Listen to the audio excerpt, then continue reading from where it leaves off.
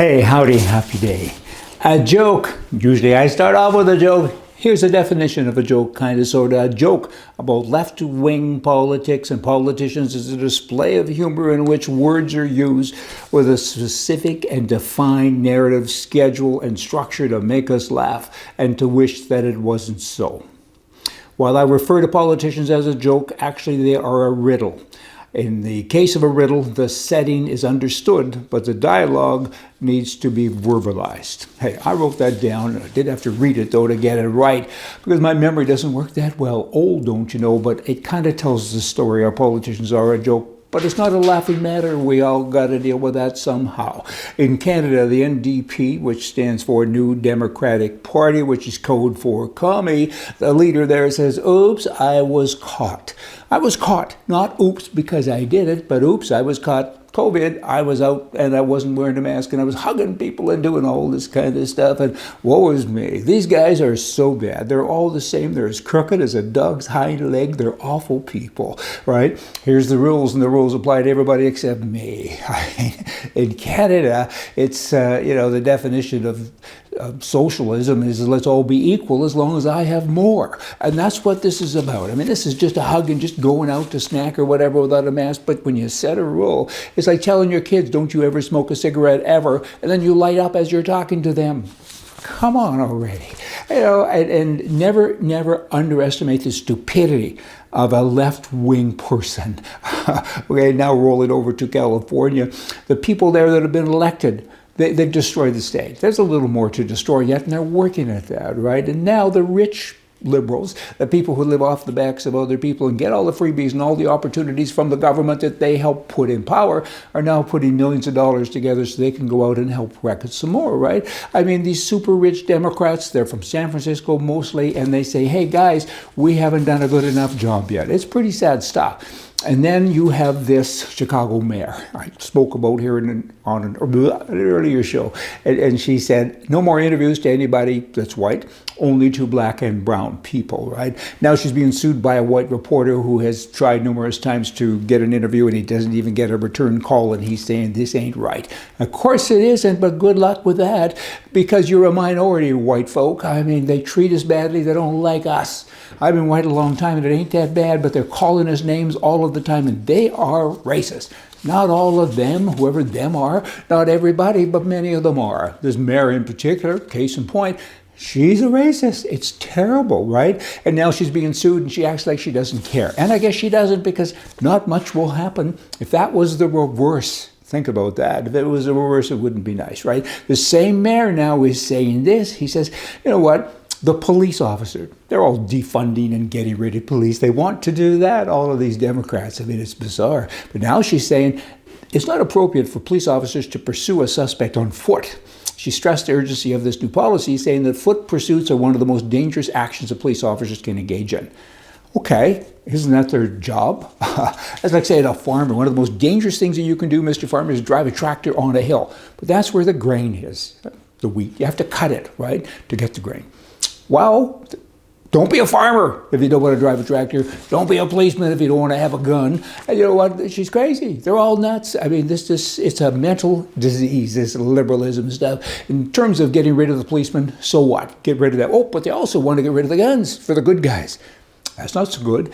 Keep the guns in the hands of the good guys. We'll look after ourselves. I mean, I'm in charge of my own risk assessment. Thank you very much. I'd rather have a gun in my hand than a cop with the phone anyway, and cops just come and measure the bodies.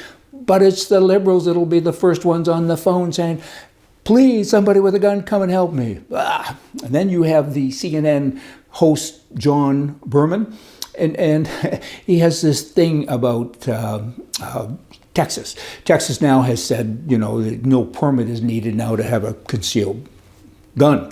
And he's saying, aside from the smooth jazz, soft porn music, what?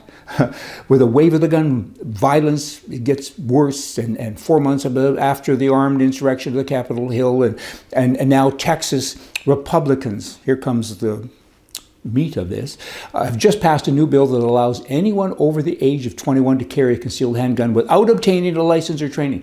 Absolutely false. That's just not true. Absolutely not true. And this guy continues to be himself.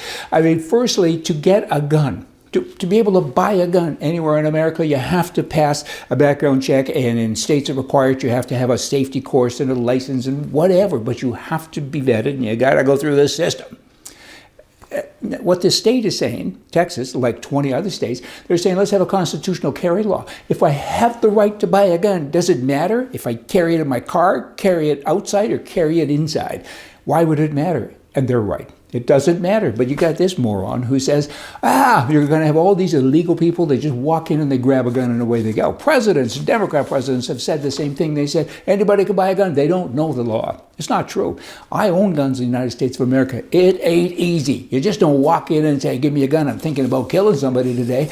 It doesn't happen. If you live in Texas, you know what? You paint your fence purple. And that isn't a choice in decor. Really, a lot of people do think that, but you paint it because it means no trespassing. People are sick and tired of posting signs and having people take them down, remove them, shoot bullet holes in them, and this is for hunters primarily, but they're all painting their fences purple, and they're saying, that means you're not allowed on my land. And people are actually, landowners are actually shooting at people and saying, don't you get it? It's no longer can't you read, it's can't you see, because we got purple fences. That's kind of a neat concept. As the homosexual plague, and it is, sweeps across the nation, you know, it ain't good. All these alphabet letters, LGB, blah, blah, blah, and it goes on and on. And I mean, you know what? It started with, it was an advocacy for equality and tolerance. That's how it all began. And I'm on side with that. I think everybody is and was. But now they've expanded. It's almost become a political movement. They're going into the schools and they're trying to transform this corruption thing going on with the children. And they're teaching young children, you know, all about sex and kink and a variety of goofy things. And that's not their place. This was supposed to be about equality. You came out of the closet, so we're going to say hi to you. We're no longer going to throw rocks at you and send you back into the closet, right? I mean, really, and that's what it is. It's just to kind of join the world. You want to be gay? Be gay. We don't care. Marry a bale of hay as long as you don't bring it to my house, okay? And can we just do away with this family stuff? Is what they are saying. It's become political, and that's wrong. It's overreach. Big overreach. Now, I think there is evidence that you can do time travel. This isn't Back to the Future movies on television or at the big screen, right? But because Albert Einstein, in terms of science, he had a theory that the fastest you go through space, the slower you go through time, right? And now there's people that are saying so-and-so actually went back to the 40s and different things. If that's right, I think that we should get that time machine and take a lot of these politicians and move them way back, particularly that guy like the NDP leader, move him back into the Clint Eastwood looking times back in 1840, 1850. And maybe these guys would be dealt with a little bit harsher and they wouldn't be protected by all the little girly man laws that we have going on today. Are you getting that kind of picture? Yay, I'll come back here tomorrow. We're going to have more for you from the right. See ya.